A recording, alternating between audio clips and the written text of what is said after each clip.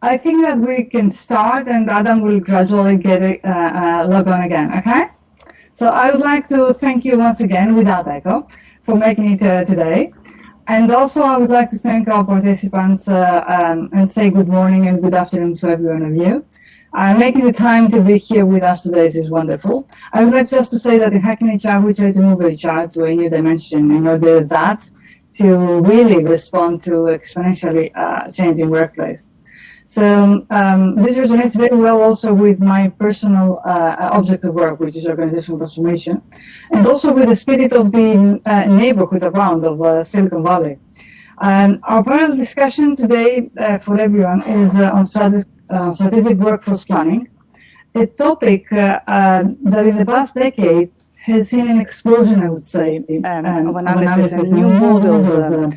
And it has quickly become a new business discipline. So in today's talent-based economy, the workforce itself has become arguably the most important competitive advantage for the companies.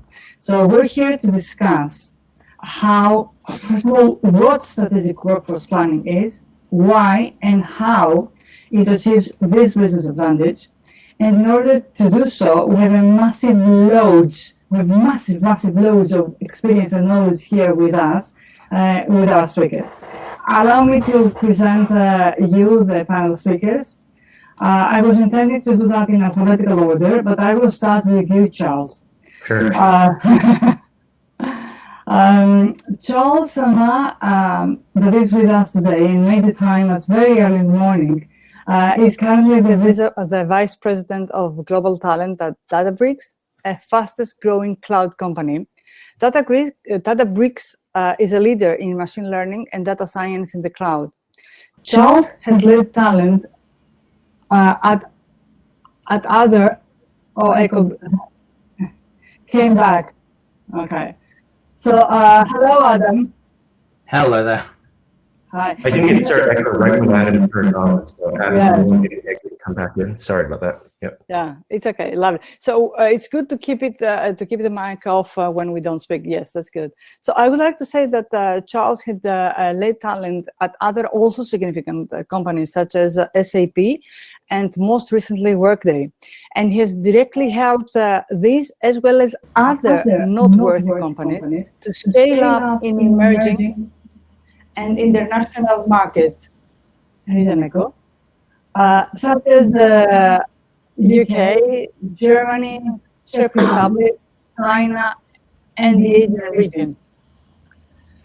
Shontz is based nearby in the Silicon Valley, and he has worked a lot on the idea of how to leverage data and build talent prospect networks in order to future-proof the organization.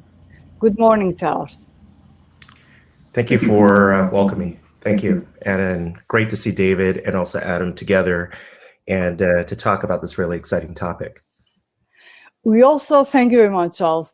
We also have the pleasure to have Charles Gibson with us, a global leader in workforce planning, creator of the Agile Workforce Planning methodology, and a popular keynote speaker. With a huge, there is an echo, with a huge and diverse experience, he is now the group director of strategic workforce planning at Capita, a digital services and software business consulting company with more than 63,000 employees worldwide. And he's also the head of workforce planning faculty of the Chartered Institute of Personnel and Development, which is the professional association, for those that don't know, for human resources management professionals. Something like SHRM in the US. For some... yeah, that's the equivalent. For a big part of the world.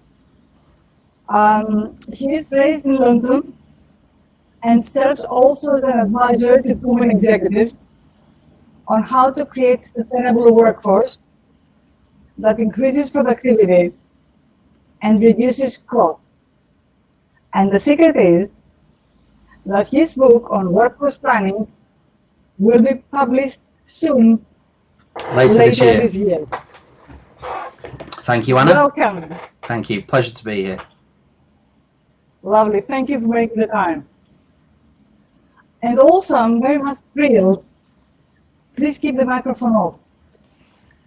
To welcome David Shontz, that has over of 25 years of experience in multiple HR functions, industries, and multicultural environments of gigantic organizations. He has held strategic HR leadership roles in Ford Motor, General Electric, Siemens Communications, and lately in Nokia, having instrumental roles in streamlining operations in international organizations such as this. So his experience spans consulting, manufacturing, high-tech engineering, and services businesses in all phases of their maturity cycle. He is now based in Munich, and for the last 2.5 years, he is leading the global workforce analytics and organizational management teams for Nokia, a very much known company with more than 100,000 employees worldwide. Strategic workforce planning is a key topic on his agenda. So I would like to start with you, David, that we started also the discussions for this panel. And I would like you to really address for us what is workforce planning? First of all, for your business, and what it means for the success of this business, but also to your perception in general. Okay, well, thanks for the nice welcome, Anna. Good to see you again, and also to meet Charles and Adam virtually. Strategic workforce planning is you know, in the last couple of years, has really become sort of a focus topic, and it's become a hotter topic. And I think not just for large organizations, but perhaps the impact of not doing it on large organizations is magnified. So, and I think I've talked to a lot of our colleagues that are in a similar situation, that we're flying around with ramp ups and ramp downs and movement and doing so without a lot of intelligence about the workforce and what's really needed, right? And taking a systematic approach to the workforce data, looking at the competencies, the roles that are existing, those that are needed in the future. And for us, we have now really embarked on a systematic journey, started about last spring, to really develop a strategic workforce planning playbook that's really a step-by-step systematic approach that businesses can use and we can help them use to do just that, to baseline the organization, systematically look at a do-nothing scenario. If you do nothing by 2025, what will it look like? Collecting a lot of different pieces of the puzzle on the long-range plans, financial forecasts, revenue projections, business growth, to sort of quantify the future need, and then looking at how we redeploy, reskill, hire into the fit for future view. And without doing that, we find we are flying a bit blind and wasting a lot of talent, potentially, that could be redeployed, reskilled, and or fit for purpose for its neighboring business units that had no idea what was really going on. So it's really a systematic roadmap for us. Very important. Mm-hmm. Mm-hmm. Okay, so it doesn't only help in really having awareness of what the situation is, but making a very successful link between your strategy, the aspirations of the business, and the outcomes, right? Yeah, exactly. It's that line of sight that really becomes so important. And if you do it right, and you've got the right data, that you're looking at the right intelligence, it really should be a driver to most of the things you're doing in human resources from a strategic perspective. It should drive your talent acquisition, it should drive your talent development, it should drive your site strategy, it should drive many things in line of sight with that future need. Lovely. Thank you so much, David, for offering this point of view. I would like to go to you, Charles, and ask, do you see differences in the way that strategic workforce planning is deployed, either in your industry or perhaps in different areas of the world? Yeah, thanks for the great question, Anna, and kind of feeding on Dave. I think understanding where you are, what you need is actually one of the hardest things to do today, because with the proliferation of technology, everyone's using a lot of different HCMs, different social media tools, different sourcing tools. It's amazing how one person that might have the same title has so many different reads and signals to what the skills are, what they can do. I kind of chuckle about it, because I think a couple of weeks ago I was at a talent leaders conference here in San Francisco, and people were saying, why can't there be one profile? Because it's so hard to understand those common traits that you're really looking for, because one company that might identify through their data that they're looking for someone with data analytics skills, another company might say they need the same, but when they go out and look at what's available in the market, it might show as reporting skills. And so I think the challenge, what's significant for me, and what I'm seeing out here, at least in tech industry and also more broadly in the HR field, is bringing consistent data to understand what you need is probably a biggest starting point. It's interesting to see, when we talk about our interesting times right now, where people are concerned about the global economy. It's interesting where you even think about the tech sector. The tech sector is also seen very differently in different regions around the world. And when I look at what's available in terms of talent, and to avoid the big ups and downs, having a real deep look at what you have and what your business problem is probably the first biggest step. I think it's very easy to get caught into the next big company's doing this, so we need this kind of profile, where in fact probably your problem is very different, your need is very different. And I think, rather than saying it's a hard effort to go for that war for talent, which I think what actually exacerbates the workforce planning problem, it's actually going inwards, looking at where the growth opportunities are, what data is shown as your best hires versus hires that have not been as successful, doing self-evaluation and forming a strategy that then goes out and looks at the best sources that you've actually been able to tap into, build these networks that you can actually help to feed those needs that you need over time. But it sounds very simple, but I think it also calls into the fact that we as a broader HR industry have been doing, I would say, workforce planning and hiring a certain way for probably the last 50 years. And there's an opportunity to really look at, can you break the system, but yet also not break it in a way that you're losing sight of what your core business problem is. And so it goes back to data, understanding your business problem, and then leveraging that to really put together a plan that makes sense for you as in who you are, what your company is, and the industry you're in.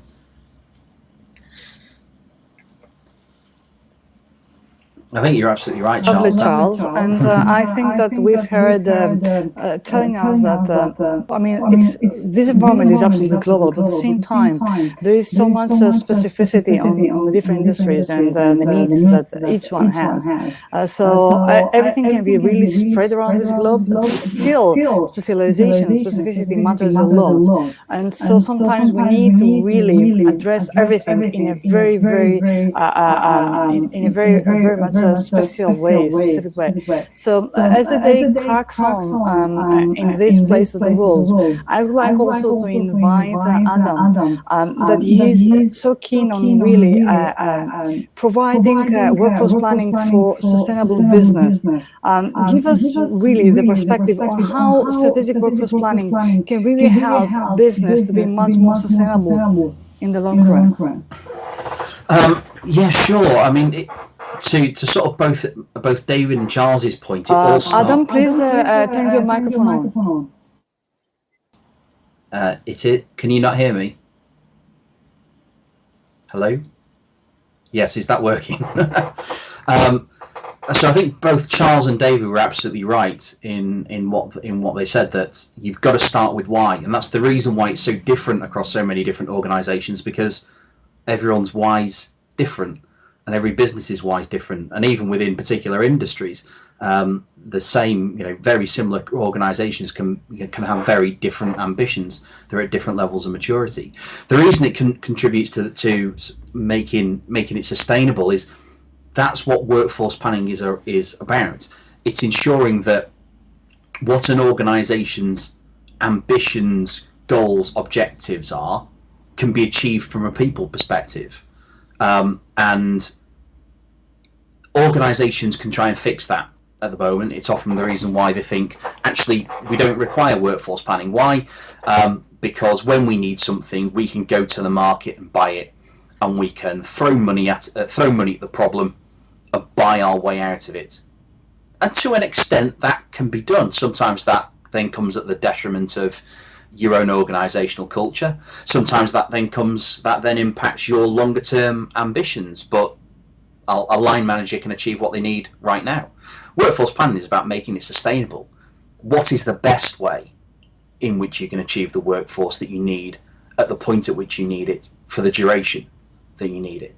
That's where the focus of workforce planning is, on understanding that perspective rather than taking the narrow approach of, well, we can simply buy our way out of the problem.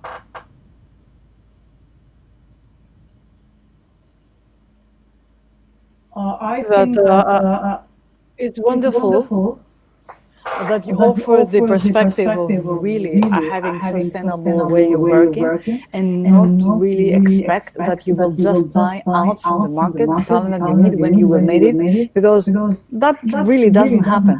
And if you really want to have the control of how you will deploy your strategy around the globe, you really need to have the pipeline of the talent.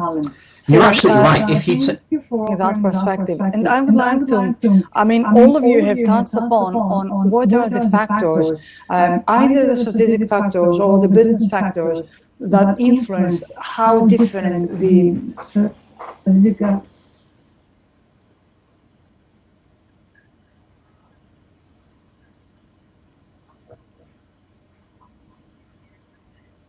Anna? Okay, she's not just frozen for me then. It looks like the connections haven't been stable. That's what I can tell. It could be overloaded. I think I just froze there. I don't know. Just to sort of build on the point that Anna made around, we're really seeing this in terms of where organisations can and can't buy their way out. Get her to send a message. Maybe she backs out and re-enters. Yeah, I think, which is captivating on your question, it was actually right at the core about what it was. Okay. Now it looks like it's just me.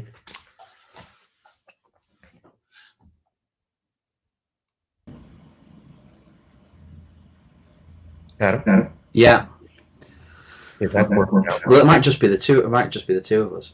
I mean, the sort of perspective on sustainability is of an interesting one. Particularly when you look at the data across, particularly UK, US, but also to an extent with Europe, that post financial crisis, what organisations have done is bought their way out of the crisis that they were in, and by doing so, they've growth over the last 10 years, particularly, has been leveraged to a far greater extent against the workforce than it has been in Charles, can you hear me? Capital investment. Hi, David. Okay. It's not been investment, in technology to the same extent in capital. It's not been in development. It's been in buying more people, which is exacerbating the skills gap as it stands, exacerbates workforce numbers, and means that it isn't fundamentally sustainable as it stands. Yeah, and where I'll add to it is that Adam was talking about the whole opportunity of buying, and I think in fact that is one of the biggest challenges, which is when you're trying to buy, you just happen to grow in the standard of everyone needs an engineer or everyone needs a technologist.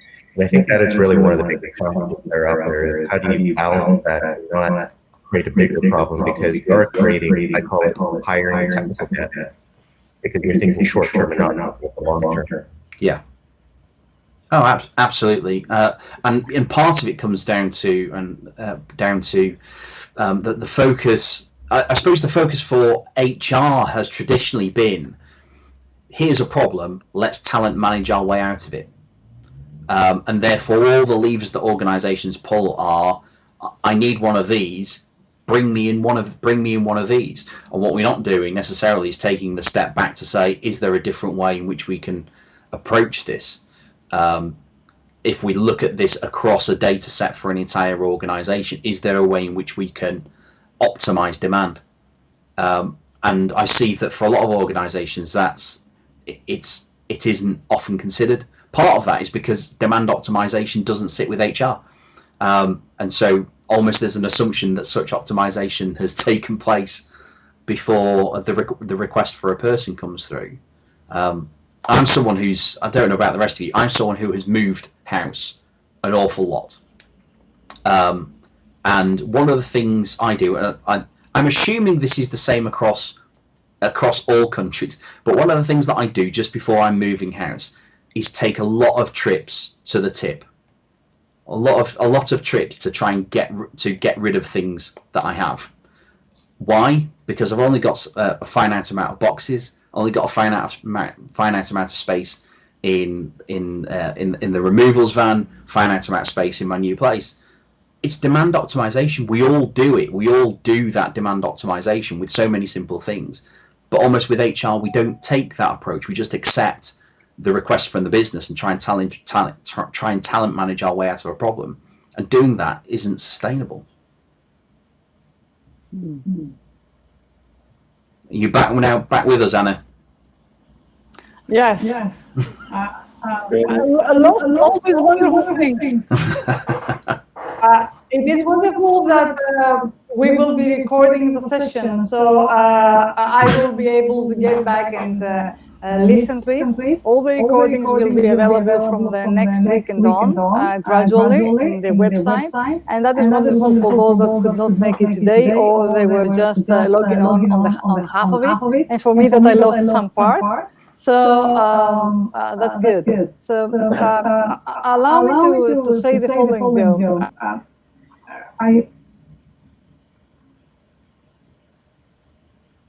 Not again. I know Anna's again, but I also noticed there was a good question in the comment box about, I think everyone's intrigued about the what, how do we solve that interesting problem? I think Adam mentioned about, that challenge. It's the connection between the demand and to the what. And I'll just tip off by saying, I think it's about pushing back and asking that hard question, right? I think we can slip into and saying we need more of XYZ skills.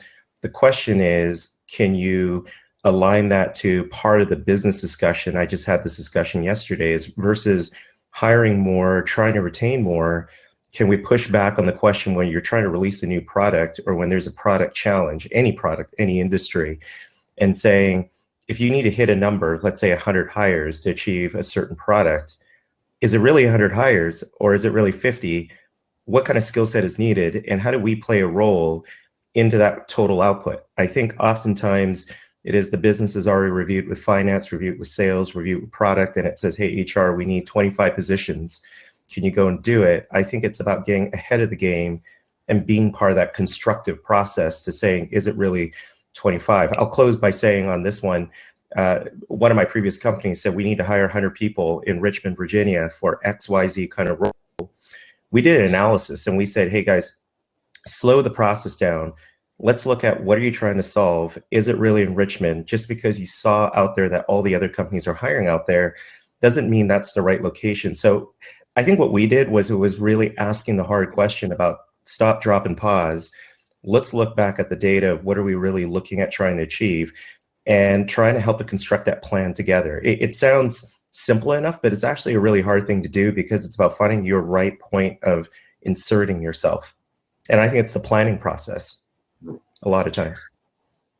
Yeah, and I can that planning process is much easier said than done, and even than executed, right? And I see a couple questions in the chat box too about some of the practices and going through and how to make it part of the culture, or operationalizing this, and that takes quite a bit of time, but planning on what you're trying to solve for, as you said, Charles, is kind of key, right? And in our case, in the telecommunications industry, and again in all high tech, there's quite a crystal ball that's only a few years out, right?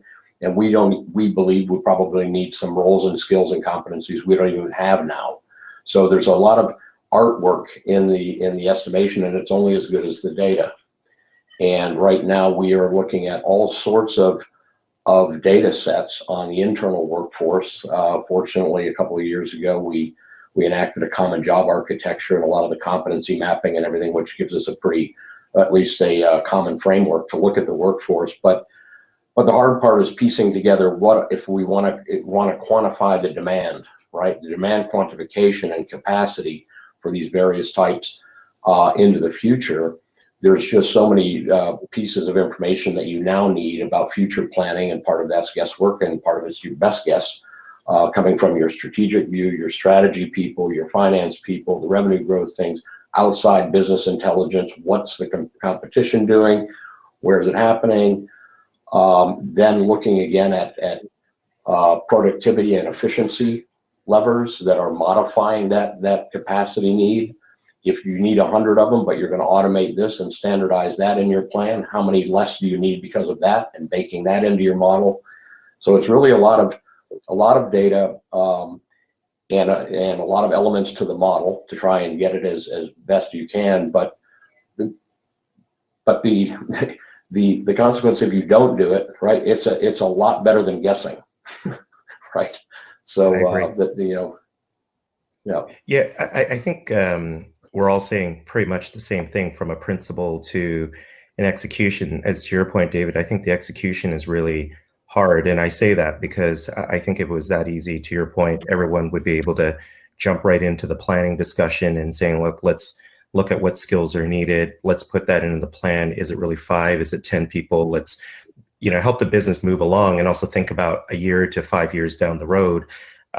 I saw a couple of data points on the right-hand side, which really intrigues me, is around data of the past and combining it into planning it for the future. It's really hard. I think, Adam, you were saying a little bit around, again, back to buying. I think when people can't figure it out, they will completely try to, when you're a high growth company of 30+% revenue a year or whatnot, it's a unique, like I go back to cloud as one example. Everyone talks about, there's no end in growth, but the challenge with it is we're also hiring a lot of people for hiring a lot of people. And I think it goes back to, I've been asking my businesses where we just went through planning. I'm new at the company I'm at, and, in full kind of transparency and vulnerability, I just kind of said, look, it's either going to go really well or not really well by just jumping in the fray and saying, hey, I see you guys have a number that you want to hit to by business unit, by group, and by skill. Where do we get that data from? And a lot of answers are, well, we're just looking at a rolling rate, or we're looking at the fact is these 6 people did really well. And I said, well, where do you get the data from how well they did? Is it just one indicator, or is it a broader set of skills? Do we have calibration data? Do we have promotion data? And I think by really just starting to get people to have the dialogue, I think I saw one of the questions there is, it is that pushback, not just saying I can add impact. It's actually bring the tool sets with the toolkit with you. And a lot of times it's about having more variety of data to kind of just cause a conversation about, why did that number come to be? And then I think if you can build the trust and you can develop it and you can deliver, that also opens up a broader conversation. And how can you actually start to plan for the next following year as well? It's a process of evolution, I think. Yeah, you're right, Charles. Can you hear me? Can you hear me? Yes. Okay, lovely. Okay, lovely. I think we've already addressed some of it, but there is on the chat discussion concern regarding how you really make that part of the culture, how you really make strategic workforce planning part of the culture, and what would be your advice to those probably cultures that it's not very much understood? What could be a very, I would say, quick tip for HR to really make that part of the leadership of the company?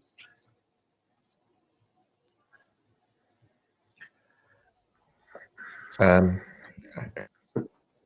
that, the culture of strategic workforce planning, it's a hard one. I mean, I haven't probably gone to that as my end goal. I'll be frank. I know a lot of people ask about that question. I go back to the little impacts that matter the most. And I think if I can get my teams to be part of the conversation early enough around just simply what the business is trying to achieve as a business, not even about the talent yet, where they want to be as a business, year 1, all the way to year 5. And sometimes they're not even able to go that far. So we always kind of look at it as a BHAG, a big, hairy, audacious goal. we start looking at the what ifs with the data that we have, and we try to be able to supply a wealth of, understanding, data points, assumptions, and just be part of that kind of, I would say, habit, building that habit that we are actually able to be part of planning and being part of delivery at the same time. I just feel sometimes we're too service oriented. We'll say, let's recruit where we can. And so I don't know if we've gotten to a culture yet where I am or my previous places, but what I would say is it's always a goal that we try to get to, but it's the little things that matter that get a little further. Well, it's little by little that we can make it happen. And that's why I take an approach around segmenting the. Allow me also to say something. You have already discussed how to future-proof organization. Overhearing that while you were discussing with David and Adam. But how do you plan for the future with such a vast loads of data? I mean, how are you going to really manage that? And that is open to any three of you. Well, you've got to take it in two different ways, both on a supply side and a demand side. Was I heard? Was I heard? Yes. I'm not sure. Okay. Who would like really to pick up this? What is Adam's answering. So you might not be able to hear me, Anna. okay, I don't hear them. So you're looking at it from data sets both on a supply side and on a demand side. I think we've talked a bit around David was mentioning around the complexities of everything that you might need to take into account from a supply side, from a demand side. Demand is the most complex area. All you can do is take scenarios, agree the kinds of scenarios that you're going to plan against, and work out what's your most likely, what's your worst case, what's your best case. Plan based on most likely, create contingency based on your worst case, and then have the measures in place so that you're able to take advantage of the best case. So that's how you do it on the demand side. On the supply side, you've simply got to take a focus on, what are the metrics that matter and what are the parts of the organization that matters. I take a strong view around segmentation, and to come back to the previous point about how do you land it, it's around picking the segments of the workforce that matters, which are your critical roles, which roles within the organization. Unfortunately, I cannot hear you, Adam. So if someone else can pick up the same question afterwards.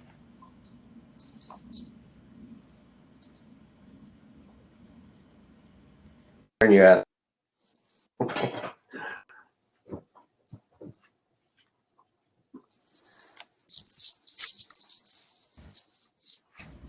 Yeah.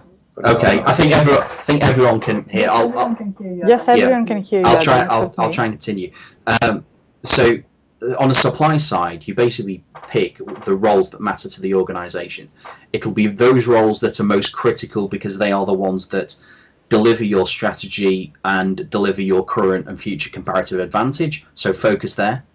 Or it might be parts of the workforce where certain metrics around them seem out of kilter with other areas. Either their turnover rates are high or productivity is low. Focus on those areas and build from that.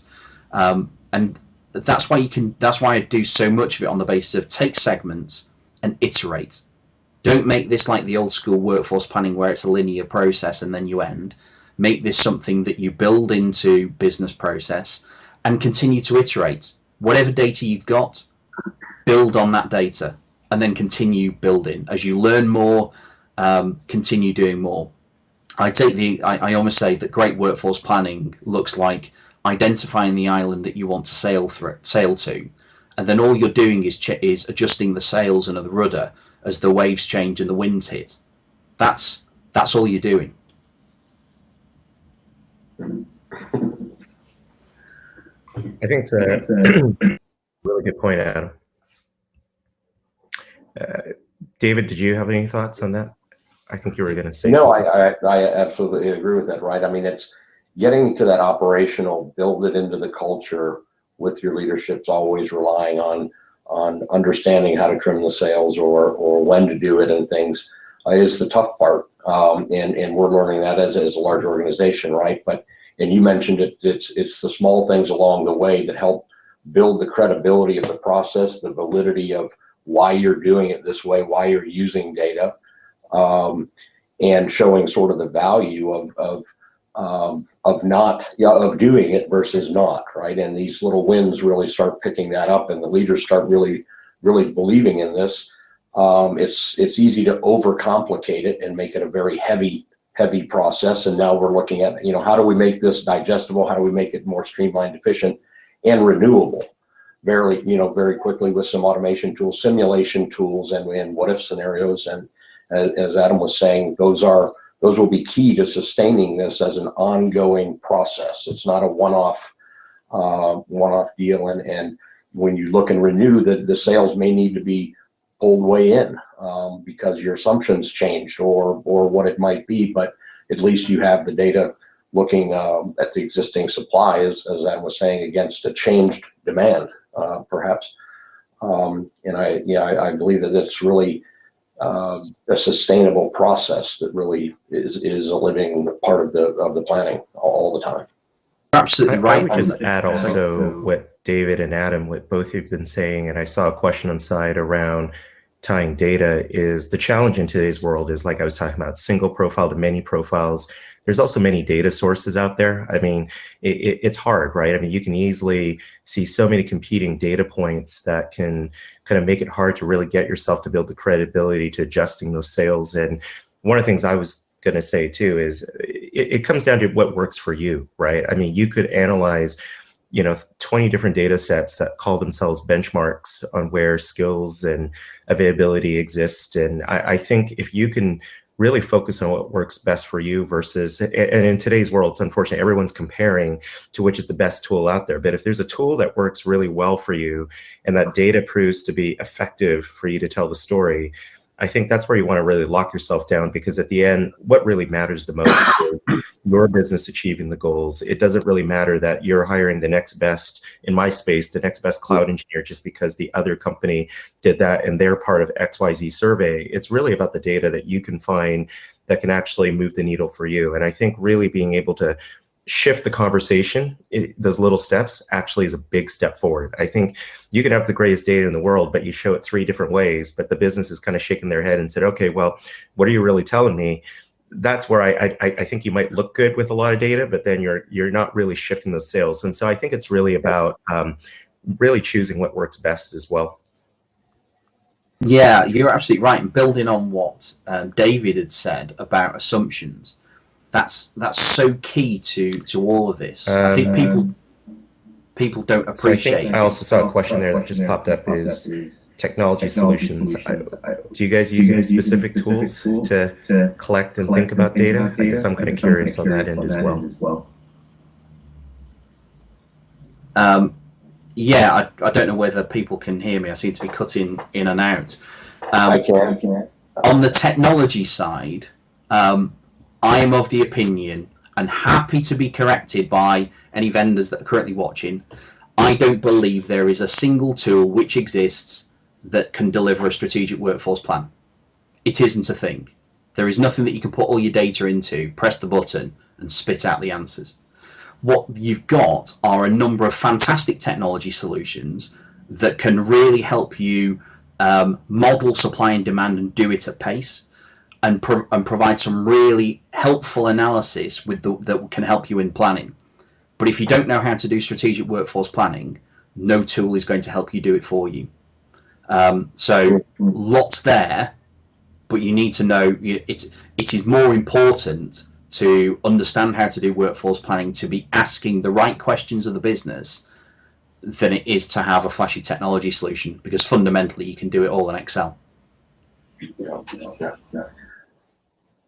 Yeah, it's an interesting point, and we were, we have also been in the hunt for effective tools, really, and we've had a lot of different vendors and lots of discussions. And kind of the nice thing to hear is they said, we've got our playbook, we've got our process on strategic workforce planning sort of in place, and we are starting to execute on this and things. And it's very same language that they use, but they said that it's nice because they spend a lot of their time with clients consulting on how to do workforce planning.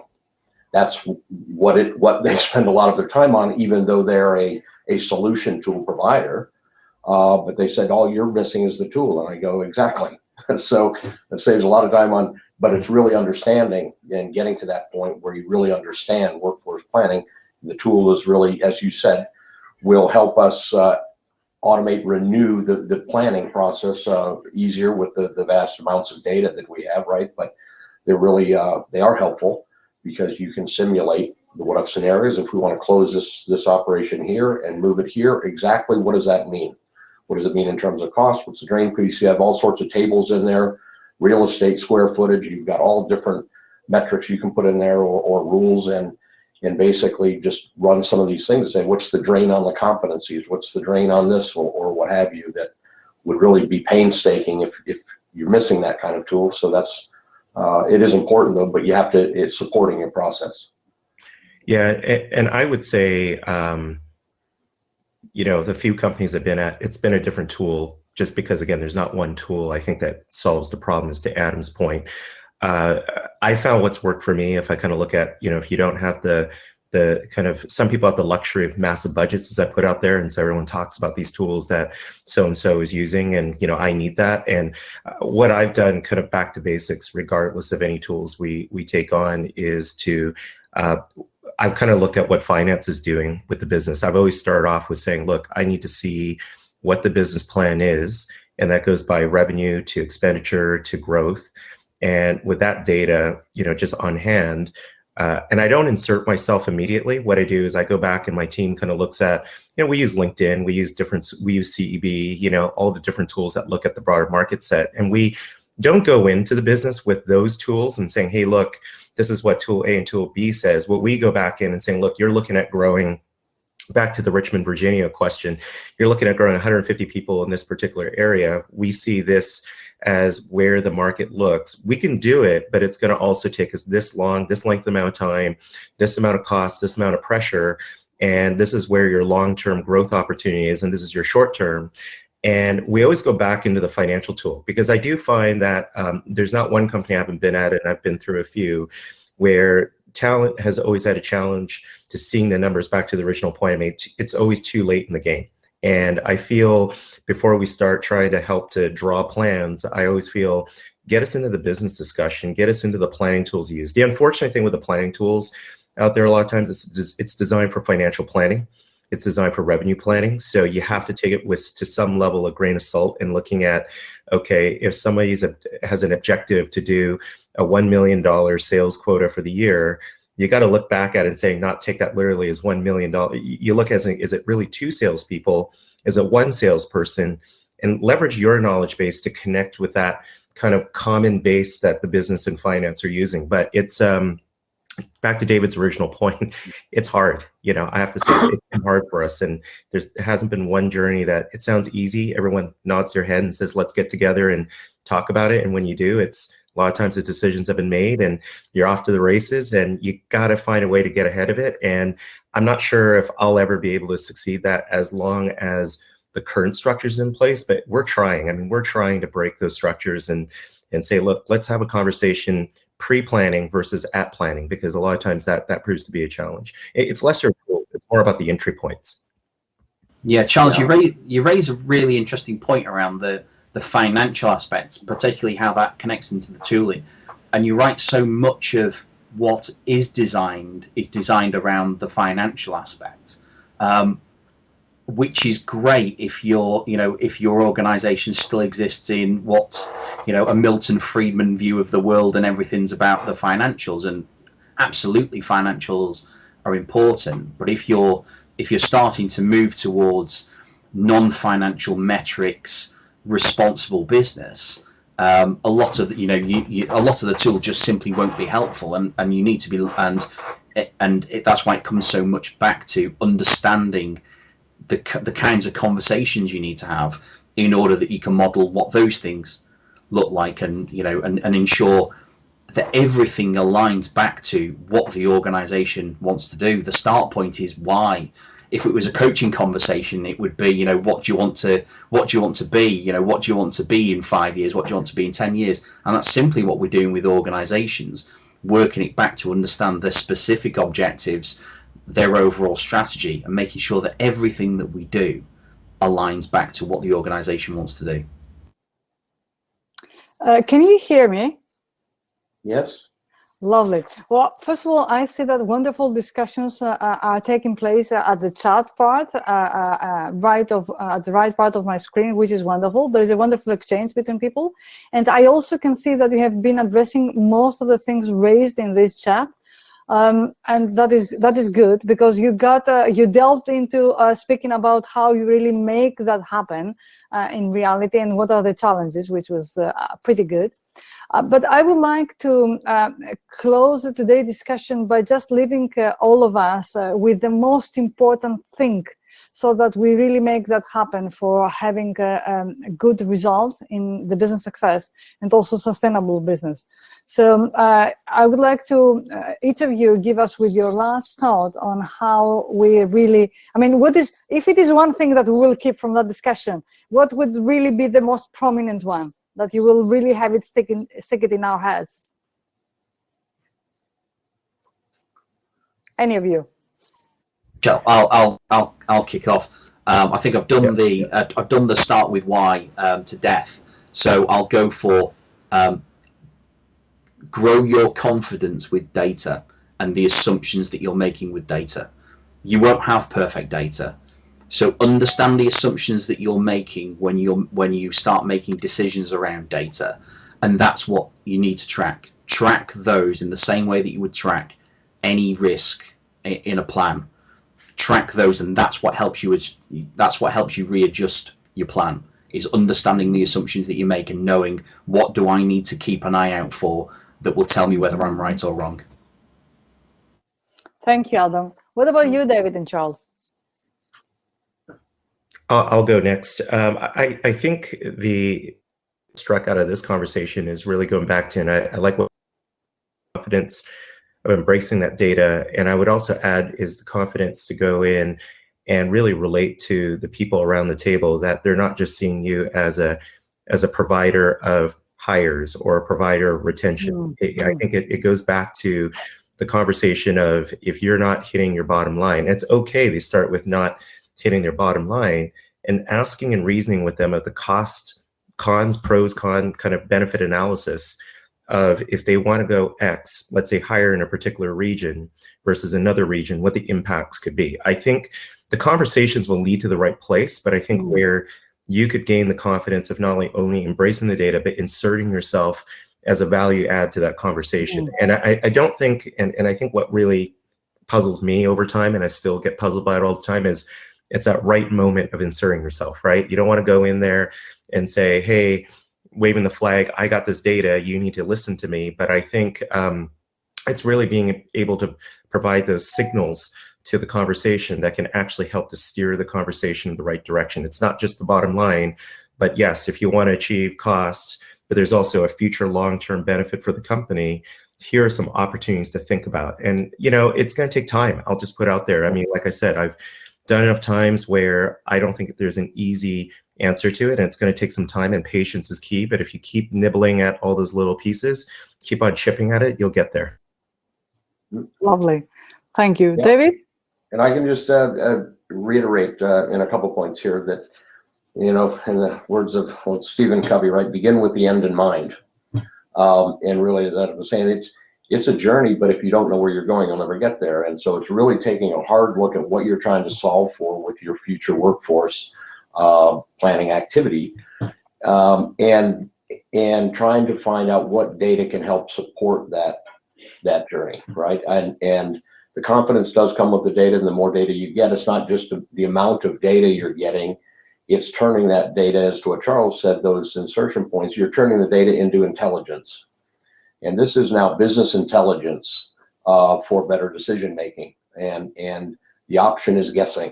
And the more you can support the value of having good data and using data for the planning process, both the supply assessment and the demand quantification, the more trust and value is added with that. And I think if you know, we can easily just go show, hey, here over the last 3 years, here's all the types of people that left and by their profiles or whatever, right? And here's what we hired, and they're the same.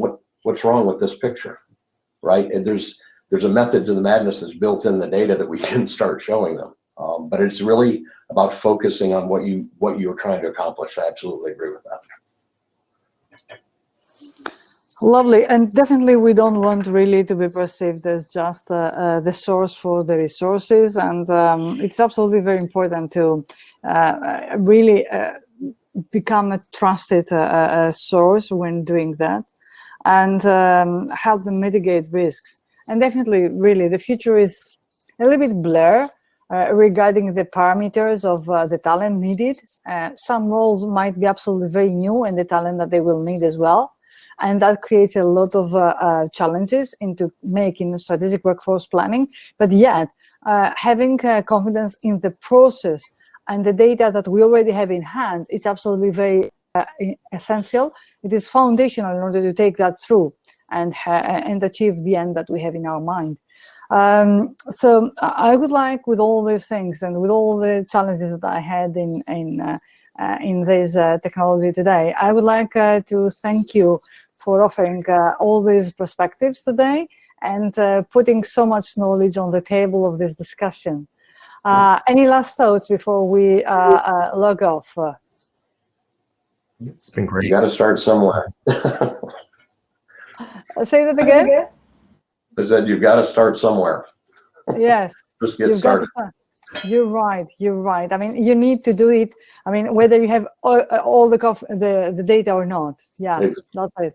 So, Charles? Yeah, I would just add, it's been really good just to hear the common challenges. I think what's more even been very valuable is seeing some of the conversations going on the side of this kind of conversation panel around we're all facing the same challenges, right? And yeah. I would just say, clearly we all touched a little bit of the nerve of the financial planning side, because oftentimes you would think financial planning is quarter by quarter and it's an annual planning process. They try to do strategic plans. Some companies do, some companies don't.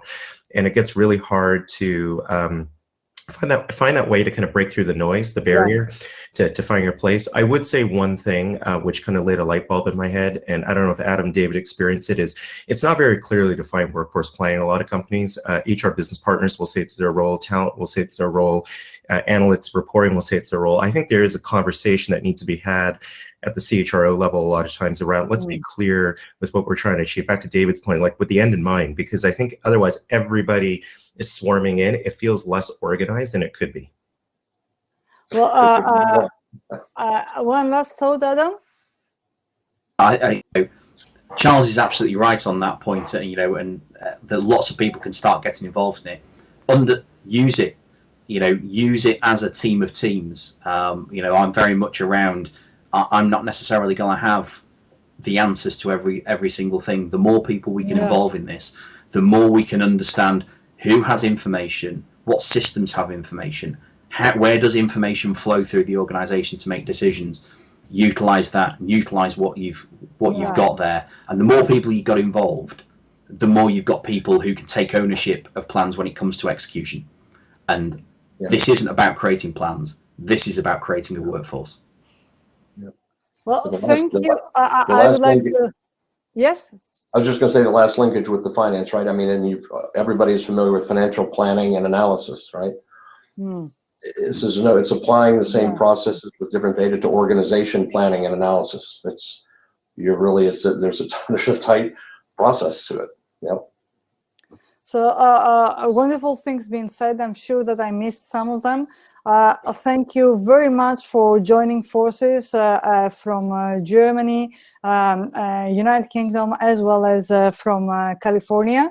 And I would like to thank you all for making the time, different times of the world, and every of our participants that had the patience with us with the tech problems, and also had made the time to really hear these wonderful things. This conference is bringing huge loads of knowledge, and this panel was really wonderful. So thank you very much, and see you in the next panel. Thank you. Thank you.